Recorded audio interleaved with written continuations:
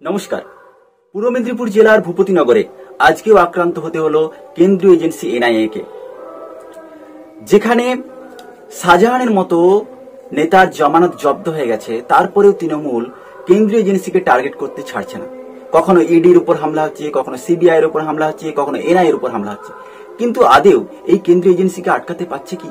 এই হামলাগুলো করে কি লাভ? কিছুই হচ্ছে না। শুধু শুধু কারণ শাহজাহানের মতো এরকম দুর্দণ্ড প্রতাপ নেতাকে নেত্রী বাঁচাতে পারছে না, তাকেও জেলের গারদে পৌঁছে যেতে হচ্ছে। শুধু তাই না, সন্দেশখালী গোটা বাংলাকে একটা নতুন পথ দেখাচ্ছে আন্দোলনে। আজকে এই বিষয়ে আলোচনা করব। তার আগে এখনো পর্যন্ত যদি আপনি এই চ্যানেলটি সাবস্ক্রাইব না করে থাকেন, চ্যানেলটি সাবস্ক্রাইব করুন, পাশে থাকা বেল আইকনটি প্রেস করুন। আজ সকাল 5টা নাগাদ, ভোর 5টা নাগাদ বলতে পারেন, এনআইএ টিম এই পূর্ব মেদিনীপুর জেলার ভূপতিনগরে পৌঁছে যায়। তাদের উদ্দেশ্য ছিল যে 8জন নেতার নাম রয়েছে, তৃণমূল নেতা, যাদের এই ভূপতিনগরে 2022 সালের ডিসেম্বর মাসে যে বিস্ফোরণটা ঘটে, সেই বিস্ফোরণে তিন জনের মৃত্যু ঘটে। সেই তিন জনের মৃত্যুর কারণে এনআইএ তদন্তের নির্দেশ দেয় কলকাতা হাইকোর্ট, এবং এনআইএ কলকাতা হাইকোর্টের নির্দেশ মতো তদন্তটা করছে। আর সেই তদন্তের স্বার্থে তারা 8 জনকে জিজ্ঞাসাবাদ করতে চায়, কিন্তু বারংবার সেই 8 জনকে ডাকা সত্ত্বেও তারা হাজিরা দেয়নি। তাই আজকে এনআইএ টিম ভোর 5টায় পৌঁছে যায়। সেখানে দুজন নাম হচ্ছে মনোব্রত জানা এবং বলাইচরণ মাইতি। এই মনোব্রত জানা এবং বলাইচরণ মাইতিকে আজকে এনআইএ টিম তাদেরকে গ্রেপ্তার করে। এখন এই দুজনকে গ্রেপ্তার করে যখন গাড়িতে করে আনছিল, তখনই গ্রামবাসীরা চড়াও হয় এবং এনআইএ টিমের উপর ইট বা পাথর ছুঁড়তে শুরু করে। সিআরপিএফ সিআইএসএফ জওয়ানরাও ছিল। তো মোটামুটি 3 জন আধিকারিক আহত হয়েছেন বা জখম হয়েছেন বলতে পারেন।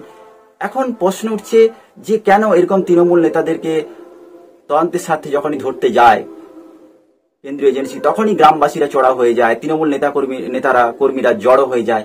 এতে কি আদেও আটকানো যাচ্ছে? কেন কেন্দ্রীয় এজেন্সিকে তাদের কাজ করতে দেওয়া হচ্ছে না? এটা তো একটা কেন্দ্রীয় এজেন্সি, এটা তো একটা সরকারি সংস্থা, তাদেরকে তো তাদের মতো কাজ করতে দিতে হবে। কারণ এই রাজ্যে যেমন সিআইডি, পশ্চিমবঙ্গ পুলিশ, তারা তদন্ত করে, ঠিক একইভাবে কেন্দ্রীয় এজেন্সি কলকাতা হাইকোর্টের নির্দেশে তারা তদন্ত করছে, তাদেরকেও তো তাদের মতো করে তদন্ত করতে দিতে হবে। এখন গ্রামবাসীদের বক্তব্য যে ভোটের সময় কেন তৃণমূল নেতাদের উপর আক্রমণ করা হচ্ছে, তাদেরকে গ্রেপ্তার করা হচ্ছে, এটা নিয়ে তৃণমূল নেতারা অনেক একটা প্রচার করেছে যে তাদের তৃণমূলকে বারবার এই ভোটের সময় তাদের উপর আক্রমণ আসে, তাদেরকে গ্রেপ্তার করা হয়, তাদেরকে তদন্তে বারবার ডাকা হয়। আসলে এনআইএ চাইছে যে এই রাজ্যে তৃণমূলকে একটা চাপে রাখা। কিন্তু এটাও ঠিক যে যেভাবে পূর্ব মেদিনীপুরের ভূপতিনগরে ডিসেম্বরের 2022 সালের ডিসেম্বর মাসে যেভাবে বিস্ফোরণটা ঘটে, তার প্রকৃত তদন্ত হওয়া উচিত। আর যে 3 জনের মৃত্যু হয়েছে তাদের পরিবারের অন্ততপক্ষে বিচার পাওয়া উচিত, তারা বিচারটা চায়। আর সব থেকে বড় কথা, এই 3 জনের আত্মার শান্তির জন্য অন্ততপক্ষে এনআইএ প্রকৃত তদন্ত করে দোষীদের শাস্তি দিক, এটাই সবাই চায়, বাংলার মানুষ চায়। কিন্তু তাই বলে এনআইএ কে তদন্ত করতে দেবো না, বারবার কেন্দ্রীয় এজেন্সিকে আক্রমণ করব, এতে লাভ কিছু হচ্ছে না। কারণ দেখুন, শাহজাহানের মতো নেতাও জমানত জব্দ হয়ে গেছে, শাহজাহানের মতো নেতাও কেন্দ্রীয় এজেন্সি থেকে বাঁচতে পারেনি। আজকে যার জায়গা হয়েছে জেলে, তিহার জেলে, তো স্বাভাবিক কারণে, যেখানে সন্দেশখালী গোটা বাংলাকে দেখিয়ে দিয়েছে আন্দোলনের মুখ কেমন হতে পারে, আন্দোলনের ধারা কেমন ভাবে বইতে পারে। তাই স্বাভাবিক কারণে এই সন্দেশখালী বা শাহজাহানের মতো নেতার ঘটনার পরেও কেন তৃণমূল শিক্ষাটা নিচ্ছে না? 3 মাস ঘটতে না ঘটতেই সন্দেশখালীর পর আবার ভূপতিনগরে আজকে এনআইএর উপর হামলা হলো। কেন্দ্রীয় নিজের এজেন্সির উপর হামলা করে তাদেরকে টার্গেট করে কিছু লাভ হবে না, কারণ তদন্ত তো আটকানো যাচ্ছে না। তারা এই কেন্দ্রীয় এজেন্সিকে থামানো যাবে না, কারণ কেন্দ্রীয় এজেন্সি লড়াইটা লড়ছে, তারা তদন্ত করছে, তারা একটা সরকারি সংস্থা।